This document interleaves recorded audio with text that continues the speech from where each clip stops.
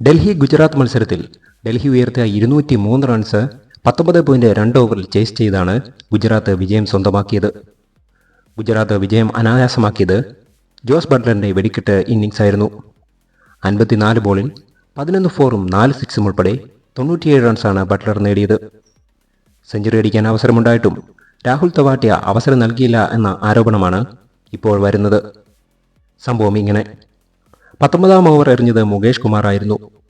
അപ്പോൾ ഗുജറാത്തിന് ജയിക്കാൻ 15 റൺസ് വേണമായിരുന്നു.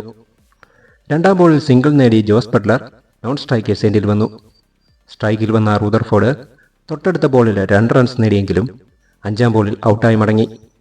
അങ്ങനെ 19-ാം ഓവറിലെ അവസാന ബോളിൽ സ്ട്രൈക്കിലെത്തിയ രാഹുൽ തെവാട്ടിയ സിംഗിൾ നേടിയതോടെ അവസാന ഓവറിലും ബട്ട്ലർ നോൺ സ്ട്രൈക്കേഴ്സ് എൻഡിൽ തുടരേണ്ട അവസ്ഥ വന്നു. അവസാന ഓവർ എറിയാൻ വന്നത് സ്റ്റാർക്കായിരുന്നു.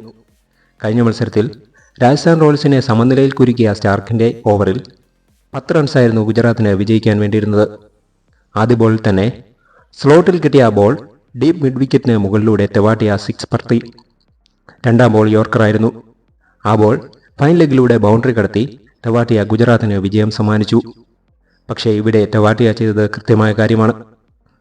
കാരണം വ്യക്തിഗത സ്കോറിനു വേണ്ടി ബട്ട്ലർക്ക് സ്ട്രൈക്ക് നൽകാൻ ശ്രമിച്ചിരുന്നുവെങ്കിൽ മത്സരം തന്നെ ചിലപ്പോൾ കൈവിട്ടു പോകുന്ന അവസ്ഥ ഉണ്ടാവുമായിരുന്നു.